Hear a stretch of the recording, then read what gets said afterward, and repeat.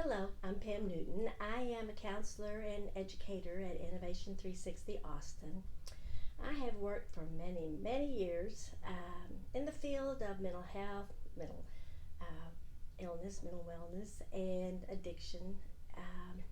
And one of the things that parents, loved ones, almost always ask at the beginning of the relationship with me or the treatment center wherever I'm working is why didn't we know? Why didn't we see it? How could we have not seen this coming? And frankly, neither would I. It's a human factor. We can't see what is so close to us, especially when it's people we love. And the reason we can't is a phenomenon most of us have heard of called denial. And many people feel like, I feel guilty. Why was I so in denial? And the truth is, as Melody Beatty, who is a counselor in this field for many, many years and someone who I respect and have followed, one of the things that she says about denial, it's one of my favorites, is denial is a shock absorber for our hearts. That until we're ready and emotionally ready and able to see or hear something, we just can't hear it or see it. It's a part of our human condition. It's actually a really wonderful thing that our bodies work so hard to come back to wellness, to come back to health. And working with so many individuals over the years that have done a lot of drugs or have had a lot of alcohol, it's amazing how the brain, when free of those substances, works so hard and really can come back to a pretty healthy space for many people. And we do the same thing in our own way. What happens is that as someone we love dearly, as their behavior starts to amp up and get much more less appropriate eventually, we adapt to it like a frog does. If a frog jumps in a pan with water in it on our stove, and it's just a little bit warm, tepid, it settles in and gets used to it and loves it.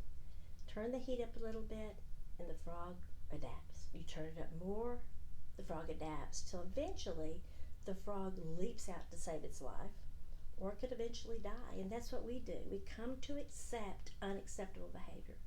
Unacceptable behavior starts to become normal because it is normal after a certain amount of time. One of the things that I ran a women's group in Dallas for a number of years, and mostly it was mothers who would beat themselves up just horribly for things they did or didn't do. And always one of the women in the group would say, "Put down the bad. Just put down the bad." And I would encourage you, if you're a parent, a love, or wife, sister, whomever, put down the bad. You did the best you could with what you knew how to do at the time. And I think we all do. And I don't know who said this, but it's a quote, is forgive yourself for not knowing what you didn't know until you knew it. It's hard. Self-forgiveness is hard, especially for parents. Us parents, we feel guilty for everything. So I still, see my 41-year-old son and something's going on. I'm like, I wonder how I contributed to that. But thank God, he's wonderful, and I'm happy now that I understand that I did the best I could.